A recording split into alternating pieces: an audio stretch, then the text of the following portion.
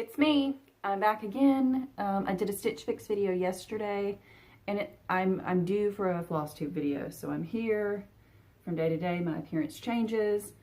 Yesterday I was bummy. Today felt like the kind of day to straighten my hair and put on a little makeup to go to the grocery store. So that's what I did. I have a lot to show. I have all of my sampler September progress to show, except for I'm finishing work on this piece today, and then I have one more that I haven't worked on yet. But today's a good day to film, so that's what we're doing. I also have a lot of haul. Like almost, for me, an obscene amount of haul for 1 month. And with the issues that I've been having with filming with my phone right now, it may get divided into a progress video and a haul video. We'll just see how long this takes, because I don't want to rush. I want to give you guys great content, even if it's broken up a little, and hopefully you guys agree. So the issue that I've been having phone-wise, I know one of the past videos, my phone, you probably don't care, but just so you know, my current phone will only record in 33-minute segments, and then it breaks the file size up. I don't know how to make it not do that, and it's time for a new phone anyway, so I'm waiting on a sale, as we do when we're not millionaires. Waiting on a sale, and I'm getting a new phone. So if any of you out there who are Flosstubers and are Android people, because I'm an Android girl, have a phone that is great for filming, has really good camera, front and back, has really good file management, and has a lot of storage space. The problem I have with this phone is I have an SD card, but it won't put some things on it, and then sometimes it forgets it's there, and anyway, uninteresting conversation. But here we go. I've got my coffee in my Beth Twist mug. Even though it's early afternoon, it's Sunday at my house, which means coffee. And it's fall, which early fall in Georgia means it's still a little humid, but wearing my flannel, because even if I have to have the air conditioning on, I wear my flannel. That's what I'm going to do. Let's jump in. My first thing that I worked on this month was my 7 sheep sampler. Making a mess. 7 sheep sampler is a sampler by the Scarlet House. I should organize prior. I never do. Here we go. The original is stitched on Lakeside Linen Autumn Vintage Autumn Gold, and has a lot of pink. It is charted in several different ways. It is charted for silks, it is charted for overdyed cottons, and it is charted for, is it DMC? Anyway, I chose the overdyed cottons. I'm doing mine on Picture This Plus Murky. I'm changing my pinks to oranges. And this month, I stitched in my Led Zeppelin verse. And if you hear cats, I'm sorry. Or maybe you're welcome. This month, not only did I stitch in the Led Zeppelin verse, but I also finished up the stitching in this corner. I needed to get my little dog in, I think, and finish my flower pot and do some work on that vine. I told this in the last Flosstube, but just in case, I put in this verse because, you know me, if I don't love a verse, I'm going to rechart it and change it. But I put in this verse because this is the song that Jim and I danced to in our living room after we eloped and got married. So this is a verse from Led Zeppelin's The Rain Song. These are the seasons of emotion, and like the wind they rise and fall. This is the wonder of devotion. I see the torch we all must hold.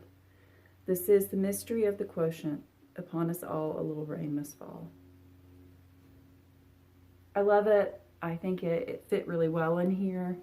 I'm probably going to have to take out a little of the motif work in the middle to make it all fit. Not a big deal. Not a big deal at all. I'm going to work the border down, work to the bottom, put in all the bottom, and then make sure everything fits and looks good underneath the verse. So these are the threads I'm using for this one. Just really pretty autumn colors.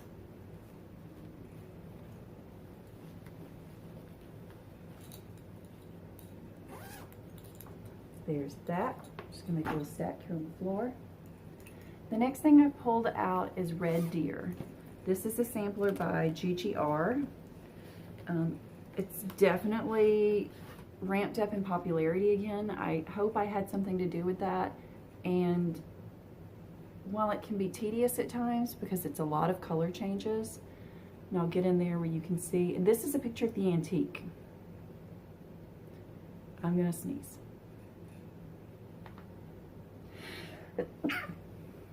I'm not cutting that out. I always sneeze more than once. Hold please.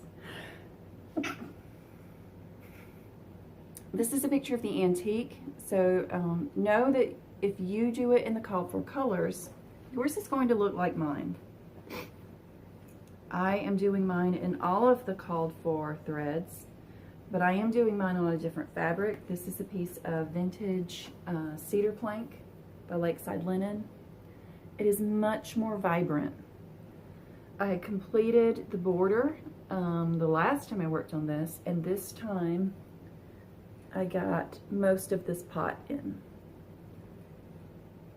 It's really a beautiful sampler, but there are a lot of color changes. It can be a little tedious, but it is a lot of fun to work on, especially if you're someone like me who doesn't work in a lot of bright, vivid colors. To get to pull and stitch with pinks and bright blues, but then it also has a lot of colors like Piney Woods is the main green. I love me some Piney Woods. I know some people don't care for it because it can be quite hoop colored at times. They really like it.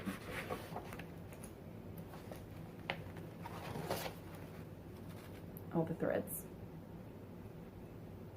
Nice and colorful.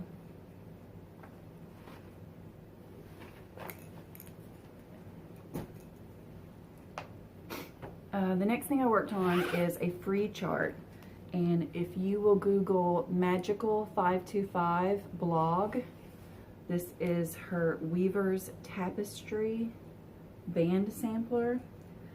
This is the one from 2018. I finished that first block, brought the border work down, and got to work on this next band here. I'm looking, and a lot of people say these are snakes. I thought maybe they were initials, but I think maybe they are snakes. So I did them in as that. If you know anything about the history of this and you're like, Emily, those aren't snakes, please let me know. Because I will gladly rip them out and put in my initials, but you know, this will be, once I'm finally done with it, the full length of this. My current thought process is maybe this is going to be my Dark 13 piece for 2021. I'm going to talk more about Dark 13 and Dark October, either in this video or another one today. So if you're like, what's that? Don't worry, I'll tell you. The next thing I worked on is Emma Fowler.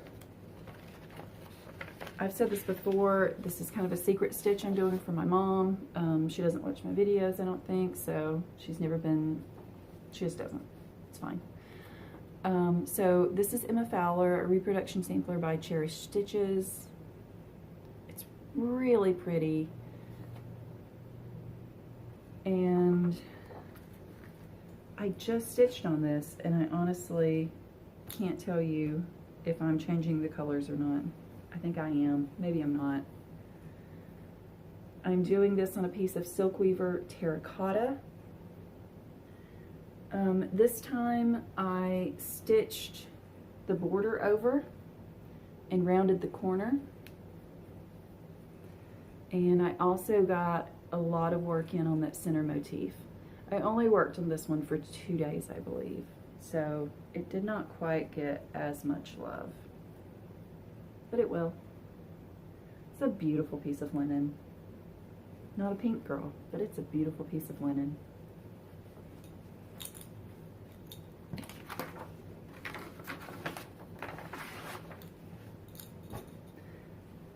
I made this bag this month and sold the rest of them, so if you were lucky enough to get one of these on my Facebook page, good for you. I kept this one for myself, and you're probably like, well, Emily, you kept one of the ones where you can actually see the bird's head for yourself, because this print is so big it chopped a lot off. I kept this one for myself because it's not perfect. Not saying my other bags are perfect, but there was a little bit of wrinkling around the zipper, and I don't want to sell that, so. What is in here is my calling birds sampler. This is an out-of-print sampler that me and Olivia and Ellen and Megan all started. And if you haven't seen the sow clip that Ellen put in her video, please go watch it. It's hilarious. So this is Samplers from the Heart, When the Calling Birds Sing. Put up an eBay search and have it alert you when one comes up. They do come up on occasion. That's how I got mine. I am doing this on a piece of Silkweaver. I can see the sticker in here. Silkweaver 36 count maple syrup. And honestly, I chose that fabric not necessarily because the color's beautiful, but it is, but because it was an odd cut. This is a 21 by 26, and it's like the perfect size for this piece. So we've discussed before, or we discussed in my Instagram, that the flowers on this border are slightly phallic. It just is what it is. I mean, I'm not the only one that sees it. So many people have commented. Just seems like my floss tubes are just full of genitalia nowadays. So there's that. I am choosing my own colors as I go. Making it very Emily. These are all actually supposed to be kind of striped in the same color, but I'm just doing a rainbow flowers in earthy tones. I am honestly drawing a little inspiration from this bag, but without the super bright colors. I want it to have a little bit of a 70s-ish vibe.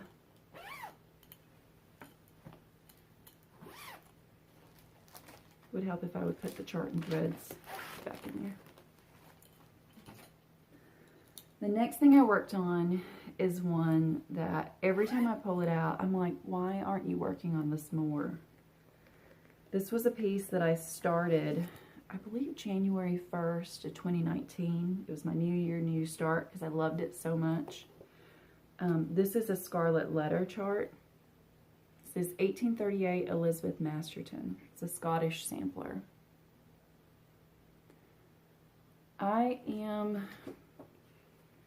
I'm kind of doing the charted colors, but then again, I pulled some over-dyed threads that I really liked, and I'm using those a lot too because I'm me and that's what I do. So just kind of a really autumn vibe. Unfortunately, my Piney Woods that I started with is an older dye lot, and then the new Piney Woods, it doesn't have all the variegation that this one does. So I'm just going to try to work that in, work it around. It'll be fine. I need to work more on this because it's going to be a big girl. I really want to get a lot done, but I barely have any done.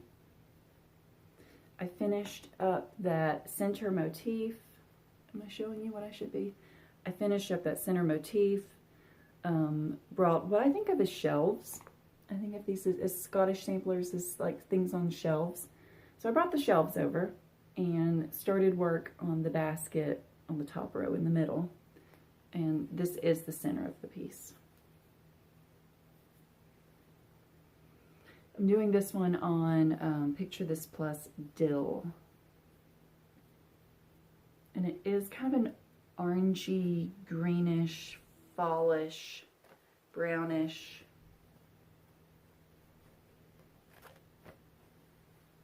color.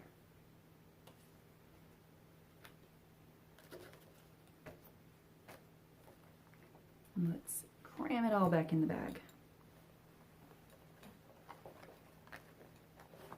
Get in there.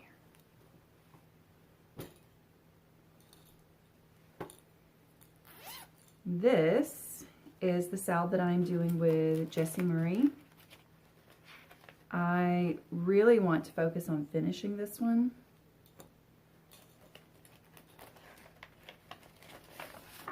This is Leah Grinnell 1872. It's a Welsh folk art sampler.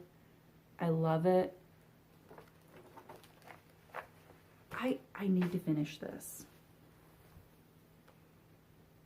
I need to finish it. That's what I need to do. I need to chop this bottom part off and use it for something else, especially now that I finished the border.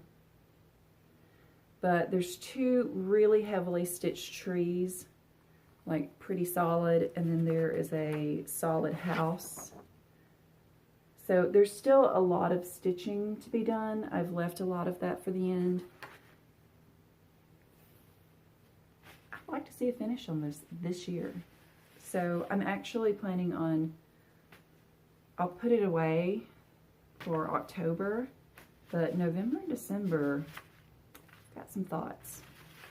In fact, I've got a lot of thoughts about November, December, and next year, but I'll talk about that in a minute. We are going to take this one off of the Q-snap because it is time for me to move it in the Q-snap. And because I really want to work my way over to the other corner today so that I know where my right side of my sampler is going to be. And I would like to cut this fabric today because this is a piece that I dyed myself.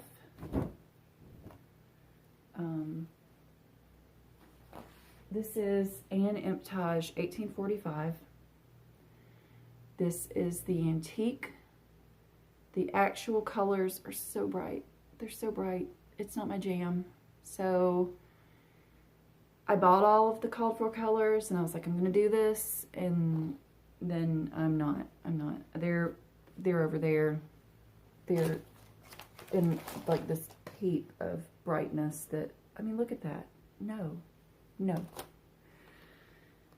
So this is kind of what I'm working with. Because I want it to look more like the antique. And I dyed this piece of linen. I think when I got this one, it was a lavender color. I overdyed it with Rit, and it looks like this now, and I'm completely in love with it. Where that little deer is the center. I measured this. And every time I pull this out, I go, Emily, are you sure that's going to fit? It's going to fit. Whew, it makes me nervous. But I'm going to measure it again today. It's making me nervous. But I measured it last time. Does anybody else do this?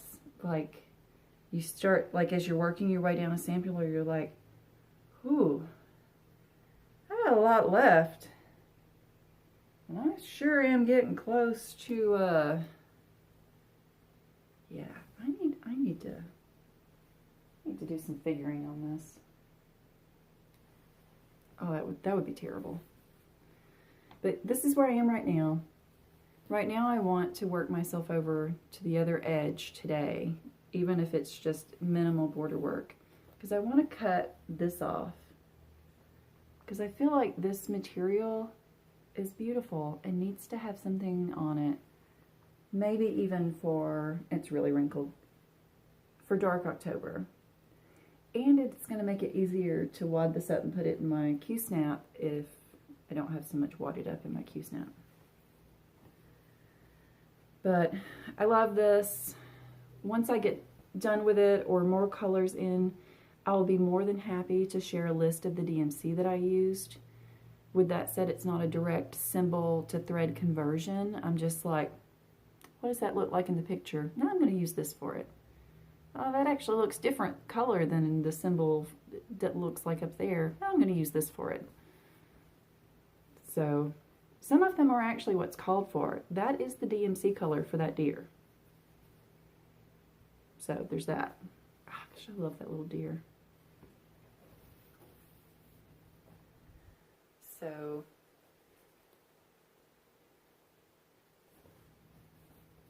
yeah, definitely going to do some calculating and measuring. Makes me nervous. Makes me nervous. Let's show some finishes. Well, next, I'll show this in my next video too. I showed you guys last time. But next I'm going to work on, starting tomorrow, Sarah Stewart Hardman. This is a piece by Needlework Press. I'm excited to get it out again. This is where I am. Really lovely. No idea what I'm going to focus on and work on it. Maybe some more border. Maybe I'll work on that little tree. We'll see. See where my mood is. I'll be home alone tomorrow night though, because Jim is gaming with his brother. So it'll just be me and Sarah. Finishes. This is a work stitch of mine that I finished. This is the Modern Folk Embroidery freebie, Let's Be Kind. Started this earlier this year when there was some kind of disrupt in the world in the stitching community, and it just felt needed. So it's always needed. It's always important to be kind. So let's be kind. I did this in a silk thread. Not sure what it is. I found it in a wad, much similar to what it is in now, in one of my thread. So there is that. The neighbor just got home. Their house is very close to ours, and I wonder sometimes if when I'm filming, because I open my windows up for the first time ever, it's usually closed in like a hermit, if they look in at me with my ring light on, talking to myself and think, I knew that chick was a weirdo. I fully finished some Christmas in July ornaments that I had stitched. This is Teresa Kogut. It's a really big ornament. I know it's big, but this is Teresa Kogut's Primitive Santa and the called for threads. As I've said before, I squared this up. There was 5,004 fractionals, and I squared it up. I did this on a piece of Picture This Plus Ale. Also on Picture This Plus Ale, I did this, just with DMC. I used a tutorial off of YouTube to finish these into ornaments. And I used some silk sari ribbon that I bought off of a store on Etsy to edge it with. It was easy, but it was tedious.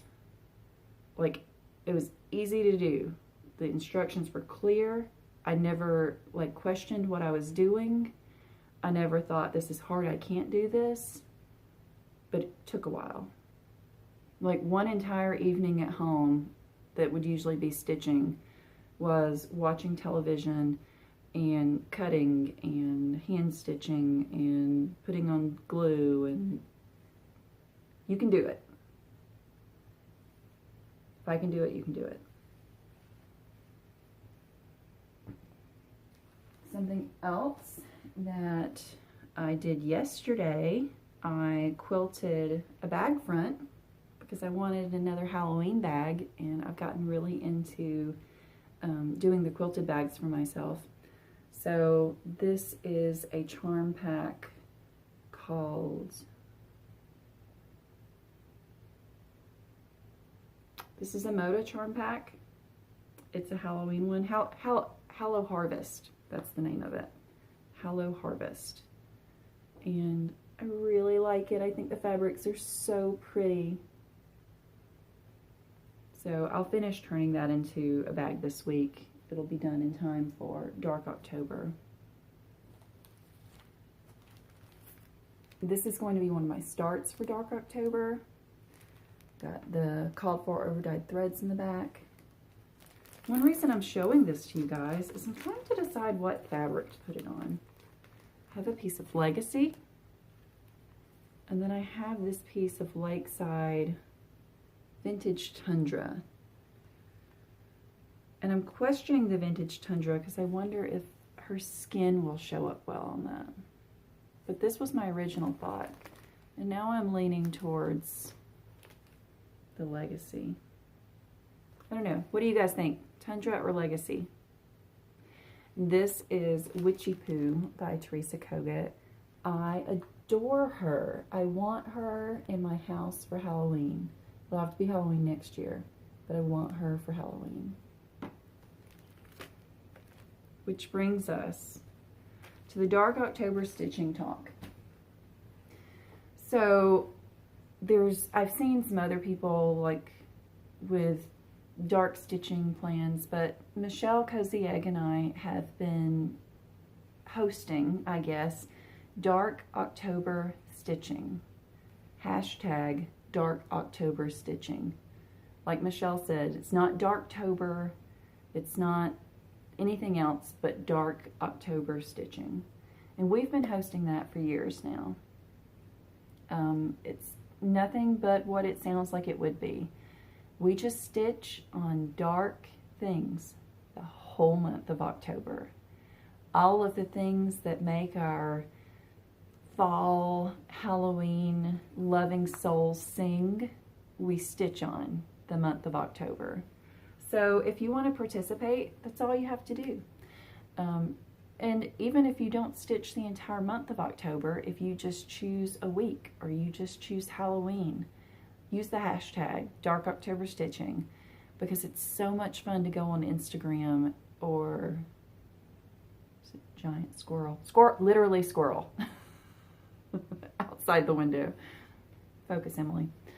There's nothing more fun than going on Instagram or social media and looking under the Dark October Stitching hashtag and seeing all of the awesome projects. And with that said, it can be just something that's dark and creepy. It can be something Halloween themed. It can be cute Halloween. A lot of people feel like it has to be dark. It can be cute. I mean, Witchy Poo is cute. She is a cute witch. So, I mean, use your really cute fall pieces. It's fine. But just enjoy it. Enjoy yourselves. Enjoy the hashtag. We enjoy it so much, we actually spread it out throughout the rest of the year. And that's where dark 13 stitching comes in. So that's dark 1-3 stitching. And you can also look under that hashtag. And the 13th of every month, we pull out something dark to stitch on. We make sure that on the 13th, what we have planned is something that would be Dark October or dark appropriate. And like I said, I'm thinking that my Dark 13 project for the entire year is going to be this band sampler, because it's dark. It's dark to me. And see, it doesn't have to be like classically vampires and bats and witches. It can just be dark. Be Jessie Marie. Make a story about it. Make it work. There's no rules in cross stitch. Okay, there are a few rules. But do you.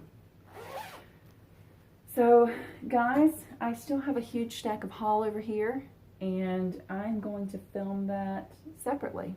And I'm going to put this video up, and know that you can wait for a wonderful haul video later on today.